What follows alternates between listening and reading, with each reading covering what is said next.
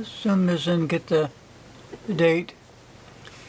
January 15, 2022.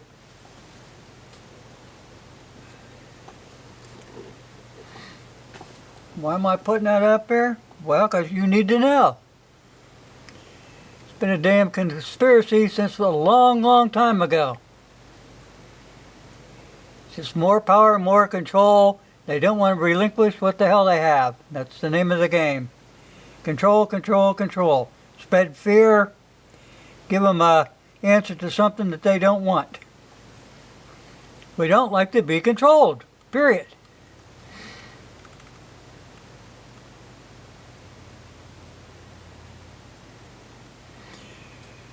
From the beginning of time, conspiracy has always been used as a leverage to further the agenda of the elite, to assure more power and greater riches.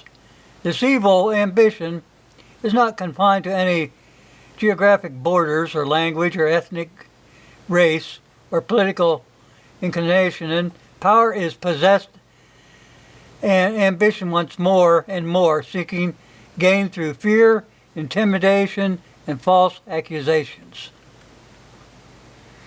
So you got to ask yourself, who benefits from the accusations of conspiracy theories?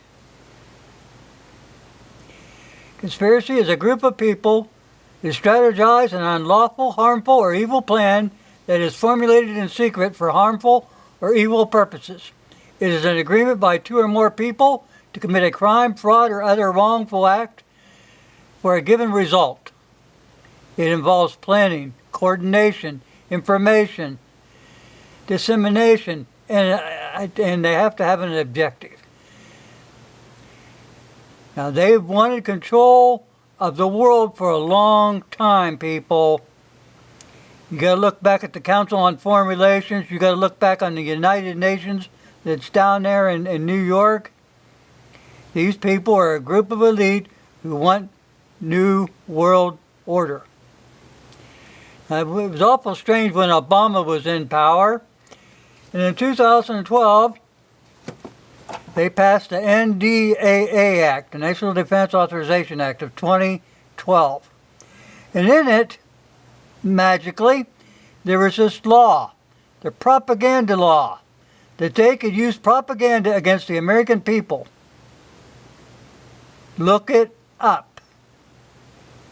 They did away with the Smith-Mundt Act and put this damn thing in there where they could do what they want. And that's, you've been subjected and bombarded by fake news since that day. And it's legal because they put it in paper. But it's not legal in your minds, is it?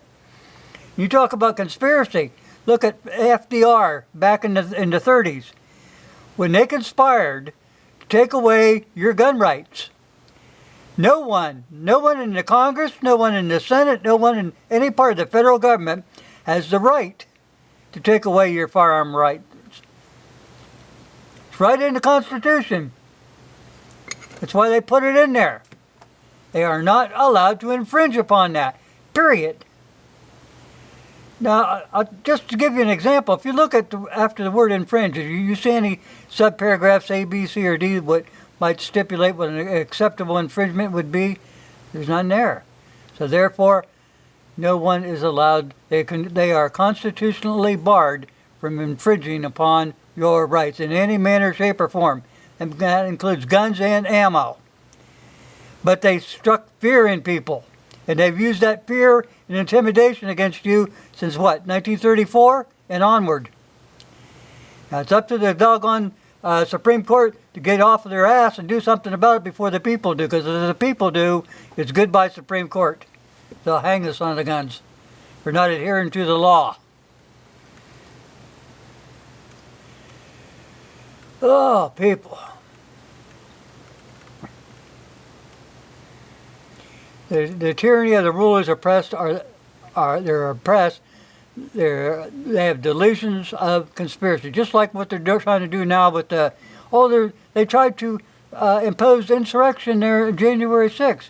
It wasn't an insurrection. It might have been some kind of a riot, but an insurrection, no. We'd all been armed. They went there peacefully. Now, if you want to look at an insurrection, you look at Governor Whitmer when she was up there in the Capitol in, where was that? Maine? Where the hell is she from? Minnesota? Someplace up there. Yeah. It's always a Democrat, you know, those people that are so hell-bent on turn the other cheek when they're doing it, but if you're doing it, well,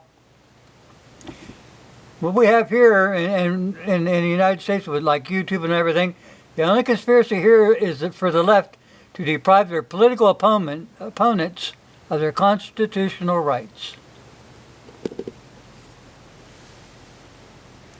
Okay, I'm going to put this link in there, people. Go look at this, read it, because I don't know how long it'll stay up.